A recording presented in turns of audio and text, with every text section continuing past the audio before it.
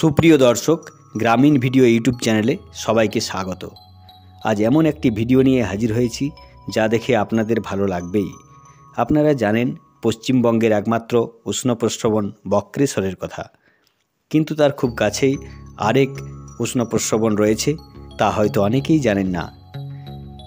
পশ্চিমবঙ্গের বীরভূম জেলার রাজনগর থানা ঘেঁষা ঝাড়খণ্ডের দুমকা জেলার প্রান্তিক আদিবাসী গ্রাম তাঁতলইয়ের কথা, যার আধুনিক নাম তন্ত্রেশ্বর। তাঁতলইয়ের পাশ দিয়ে বয়ে চলেছে সিদ্ধেশ্বরী নদী। একদম গা ঘেঁষে একটা ছোট্ট নদী বা নালা বয়ে চলেছে কুলু কুলু শব্দে উষ্ণ জলের ধারা নিয়ে। বহু বছর ধরে এভাবেই বয়ে চলেছে আপন খেয়ালে আপন গতিতে। কংক্রিট বা সিমেন্ট বাধা হয়ে দাঁড়ায়নি, উন্নয়নের হাত থেকে রক্ষা পেয়েছে বলা যায়। প্রতি বছর মকর স্নানের দিন এখানে মেলা বসে গ্রামীণভাবেই।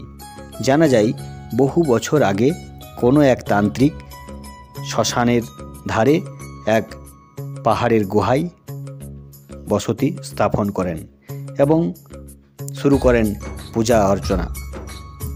তারপরে ধীরে ধীরে এখানে মকর সংক্রান্তির দিন শুরু হয় মেলা।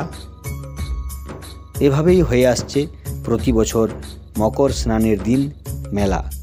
এই উষ্ণপ্রস্রবণটি দেখার জন্য অবশ্যই পথ নির্দেশিকা জানতে কমেন্ট করুন। ধন্যবাদ।